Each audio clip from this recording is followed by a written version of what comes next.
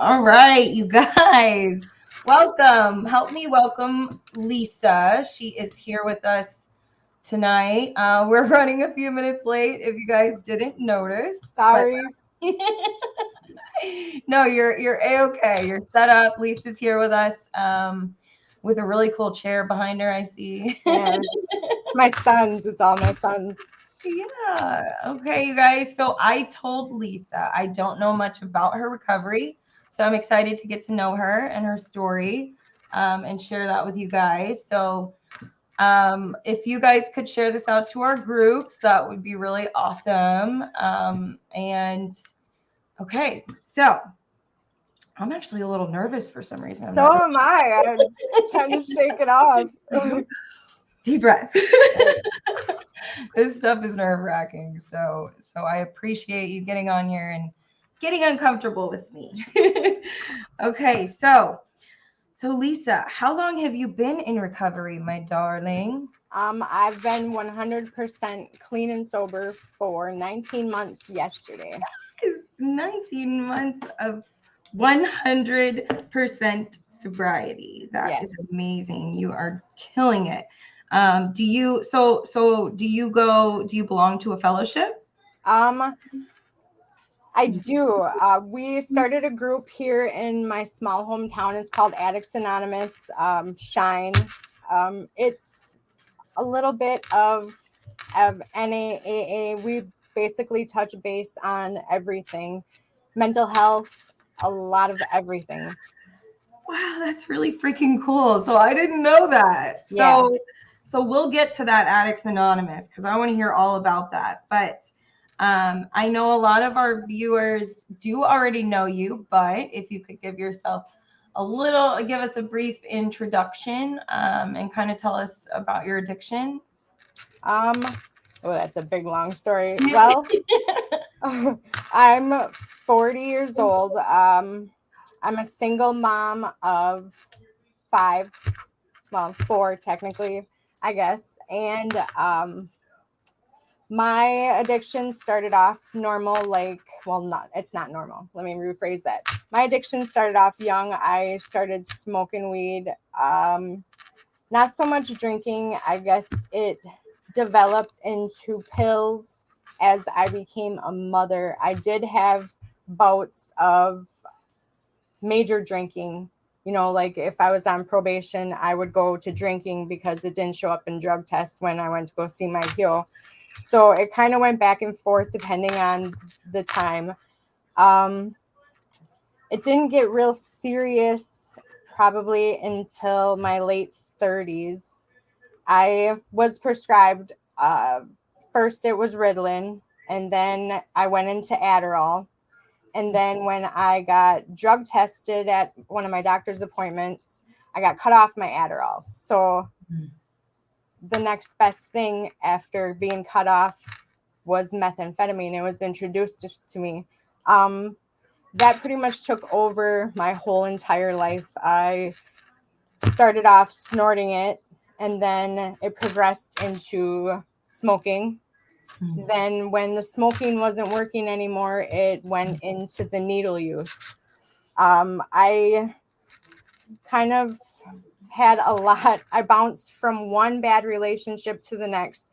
In some of the relationships, there was domestic violence. At some point, I actually went from being the one who was being abused to the aggressor in a relationship. You know, I kind of hit my rock bottom, having enough. Um, in Along with all of that intertwined, I had an issue with a gun being held to my head. You know, I was dating drug dealers, and that lifestyle, it's just a whole, it's hell basically. And that's when the needle use was really, really prominent. Things got so bad so quick, and you don't realize what you're walking into until you're like there and you're looking around and you realize how much you've destroyed your life. It's just crazy. Yeah. Yes, girl. It's it typically starts out with just needing something for energy, right? Yeah, to be a kind functional mom. right. Yeah. And were you prescribed the Adderall? How old were you when you started with the Adderall? Probably my mid-20s, because I think my oldest son was right around two or three, and I had my second son. So yeah. It's really interesting because that's typically how we start with the opioid addiction is through a prescription, right? And Yeah. so yeah, with the meth it can go the same way. It's just kind of all a side effect. So why don't we tell everybody about your childhood, kind of maybe your parents or the people that were around you influencing you, kind of how that played out? I grew up in a single parent household. My mom raised me. I didn't have a active father role in my life. Like, he was around, but not around. He paid child support. That was the only kind of father I had, was a paycheck. I was in a single household till about 16, and my mom married a man who has 7 children. So I went from being in that to having to share my mom with a whole lot of people. I think that's probably when my rebellion really kicked in. I don't know why, like, my mom always said, I never raised you to be like this. And I made every single bad decision I could have made in life. And, my mom, there was drinking alcohol in my family, which, I mean, it's pretty common, especially in a lot of families around Wisconsin. But yeah, so I grew up around drinking. Nobody did drugs. When I used to say I was the black sheep of the family, that it was 100% true, because I made that choice to go to drugs, especially after I had a best friend die in a drinking and driving car accident. I hated alcohol. It was, yeah. Yeah. Well, it's all part and parcel. But I'm glad you're here with us now. Let's see here. So did you go to you finished high school? Did you go to college or anything like that? I went to high school till probably about 10th grade, and I actually got held back from going from junior high to high school. And then I started skipping school because, my actual class went to high school lunch hour, and I couldn't be with my friends. So I started skipping school. I ended up dropping out in 10th grade, and I actually got my GED in Shawano County Jail. Good for you. That's Yeah. awesome. I made the most of my time, I guess. That's amazing. Listen, jail is a whole new level of experience that really helps us grow and further. And personally, I'm grateful I've been to jail, and I may go back again someday because it teaches us so much, and we really have that time to kind of figure out our life and to get your GED. That's rock star, sister. So Thanks. So, okay, so then what were some of the, kind of rock bottom experiences that kind of encouraged you to seek recovery? My house was raided after I dated this man. We were running drugs basically the whole freaking east side of the state. I mean, it was pretty massive amounts. And, at first it was like my dream, my bills were being paid. I was on the road, I was traveling, and, I thought it was love, but it was everything but love. It was networking for him because he met me and I knew people.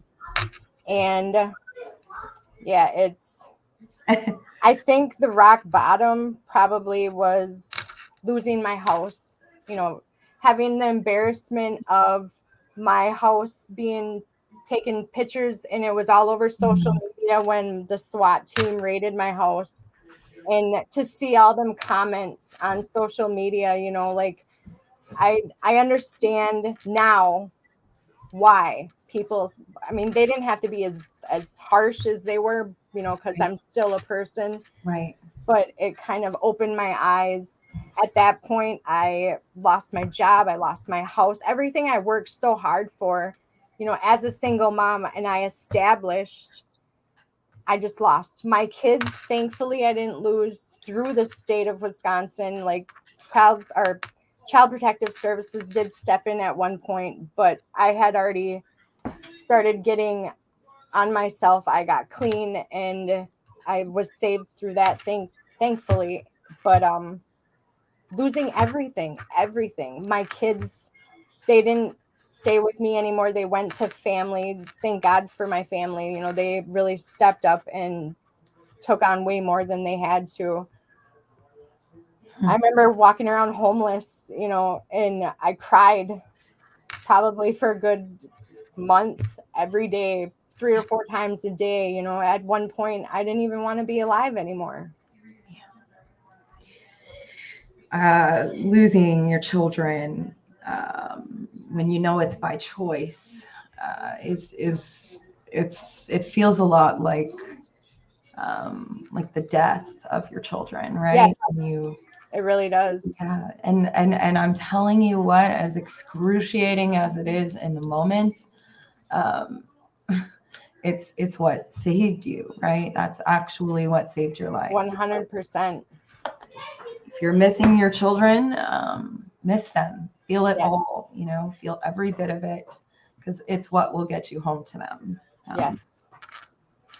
So I'm so glad that you made it home to them. And oh, that story with social media, it's definitely like a new age with technology and like no privacy whatsoever. Right. So damn, girl, yeah, I can feel that. There's a lot of really harsh people out there who get extra brave when they're typing on a keyboard. Yeah. But yeah. Okay, so so then you hit rock bottom and you lost your children and your house was raided. So then how did you seek out recovery? I walked around for that couple weeks, you know, like a crying fool, you know. I basically was trying to find myself. I remember calling treatment centers, and because I didn't have my kids, I didn't have insurance. Right. I couldn't find a place to get in. And maybe I just didn't know the right people then, you know, because my friends list looked a whole lot different than it does now. And I basically wrote it out for that whole next week and a half, 2 weeks on my mom's couch. I called her and I'm like, "Can you come get me?" And she answered and she came and got me. What a gift. What a gift she is. Okay, so you started this Addicts Anonymous, and this is where it's at, y'all. This is Pain to Purpose. So let's hear about that experience. I am from a super small town. Well, I live in a super small town right now, and part of the problem when I first went into recovery, I guess, was having access to meetings. And there was a meeting here in town, but you know, I'm not against NA or AA, but they're very structured. And you know, sometimes it just really helps just to talk. And you know, we still have the 12-step program in Addicts Anonymous, but it's more so like group therapy, or it's just addicts giving other addicts or recovering addicts advice. You know, it's a lot more uplifting, I guess, getting things off of your mind, whatever struggles you're going through at the time. You know, like I'm still going and unloading stuff onto the table, and it really helps. It really does. Yeah, that's freaking awesome. So And so how did that come to be? You just like had an idea one day and you were like, well, there's no meetings that really kind of fit my Actually, a good friend of mine, he's my mentor, Dave Koopman. He is the one who has really made a lot happen. And yeah, I'm so grateful I met him. The energy I feel around him is intense and it's a good energy, yeah. what I'm talking about. But yeah, and like he also got me into, I go into the jail and I do meetings with women there. And that helps me too. Yes. It's amazing. Recovery is love, you guys. It is unconditional love that most of us in isolation never experience. I think a lot of people don't get to experience it. I think we're in recovery and we get to really build that bond with people from a different space. And it really is beautiful to feel unconditional love from complete strangers just because they've been where you are. And yeah. One thing I'm super grateful for is the community I live in.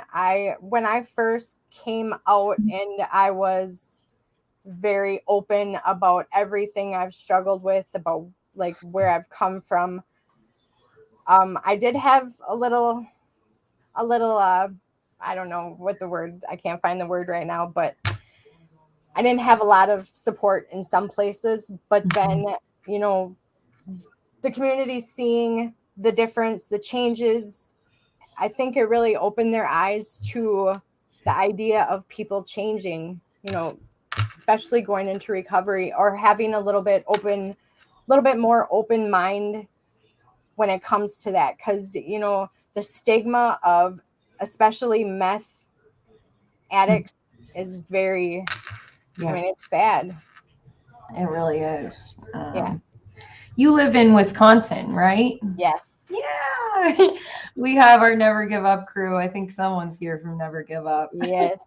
We love whiskey. I have no idea. I've met so many people in recovery that are in Wisconsin, and I've been made aware of how really bad it is there. And like I think of Wisconsin and I think of like farms and like country like That's kind of what it is. Mixed in with a whole lot of chaos. Right. Yeah, man. So okay, so your Addicts Anonymous meetings, do you guys do those in person, online? We do them in person. I find things to be a lot more effective in person, or maybe I just need that connection. I don't know. And maybe it's both. Yeah. So if you guys are in her area and want to check out the meeting, definitely jump over to her page. I'm sure Addicts Anonymous, do you guys have a page for that? Yes, we do. Yes. Awesome. Yeah. So Addicts Anonymous shine. Yes. That's really cool. We will post that link in the comments as soon as we finish up here. And I just love that because it's like if you don't, we definitely use a lot of excuses, right? When we're still in addiction and there's all these things that we think we can't do and resources that we think we don't qualify for. But there's so much stuff out there. And if you can't find support, please create your support. Right. Find somebody with a cool, innovative mind and create your support. If you build it, they will come. Yes, girl. And it really is beautiful. It's life-changing. I'm sure you've had many, many meetings that were life-changing, and it's just such a beautiful experience. So yeah, it's awesome. Yeah. Awesome. So what are you up to these days? What a lot of work. I work at Quick Trip and it takes up most of my time. I do meetings. Other than I don't do much. That's okay. I'm a homebody. Yeah. Me too. Other than recovery stuff. Yeah. It's awesome compared to what your life was like. Isn't it amazing the difference? You're like, wow, like I'm such a badass. Like, Right. Yes, it's completely different. The things I've established in the last 19 months compared to the 20 plus years that I struggled in addiction is tremendous. You know, like I just finally got my driver's license for the first time ever yeah. at the age of 40. Like that's crazy. It's a beautiful thing, girl. I don't feel bad. All of those things are so shameful, right? Like we feel so ashamed when we lose custody of our children and we're the black sheep of our family and we're using and everybody else seems to be doing everything right. And these things are like super shameful, but like they're actually the most empowering parts of our lives, you know? Right. And so yeah, the fact that you're just getting a license now is beautiful and it's empowering and fucking awesome. Yes. Thank you. Yeah, girl. Awesome. So then you have your kids home and your mama bear now? Yes. 3 of my children live with me. My oldest lives in Michigan with my brother. You know, his dad actually was deported when he was like 6 months old. He went to Mexico. I've never seen or heard from him since then. So, you know, like it's super important that my boys have a positive role model in their lives, and my brother fit the bill perfect. So, and he was willing to take that on, and I don't know what I would do without him, honestly. And that's one thing addiction stole from me was a relationship with my brother. You know, I do have step siblings, but he's my actual blood, and I'm grateful for him. I feel like I'm saying grateful a lot, but like it's just what it is.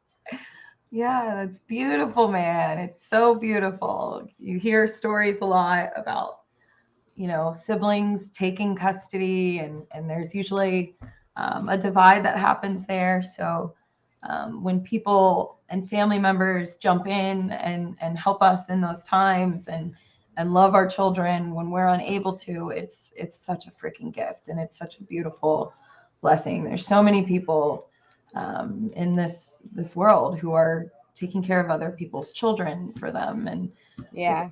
it's beautiful. It's freaking beautiful.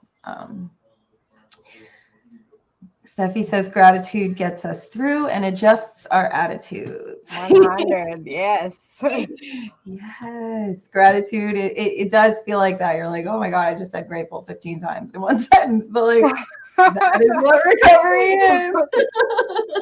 You start looking around and going, wow, I'm really grateful for that terribly shitty thing that I did to this person 2 years ago because it made me who I am today. Right. That's recovery. Well, my darling, this was amazing. I appreciate you so much. We had a live meeting and my brain's kind of mush, so I think we'll cut it at 25. Okay. But do you have any kind of announcements or anything coming up for Addicts Anonymous?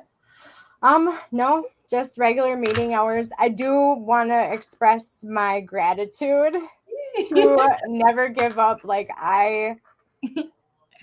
early in my recovery, I was struggling, and you know, I was a phone call away from using, and I was probably about a week or 2 into being sober, and I reached out, or I posted a message on, or I posted a post, I'm sorry, on Never Give Up, and the amount of comments and support that I got was amazing. And I don't think I would be where I am today without that group, without David John. And it sucks a lot that he's gone and can't see everything that it's turned into. But I know he's with us. Yeah, girl, that one is I hope he can see. And if he can't, then man, it's made such a difference, and it's amazing. I've watched Never Give Up grow since he passed away, and it's just so beautiful. It's a legacy. It's a beautiful legacy. So Yes. Never Give Up is the platform that brought lots of us into alignment today. Yes. I think Matt Traver's on here somewhere. So shout out Matt if you're watching. Yes. And he can definitely see. Yes.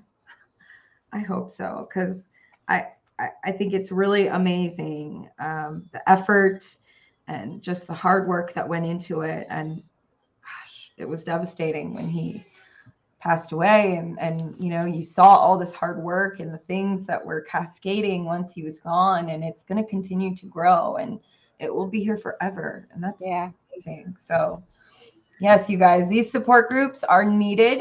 Everyone thinks there's too many, but there's not. No. So and we're stronger the more we all come together, the stronger we become, and it's amazing because it really makes people feel not so alone.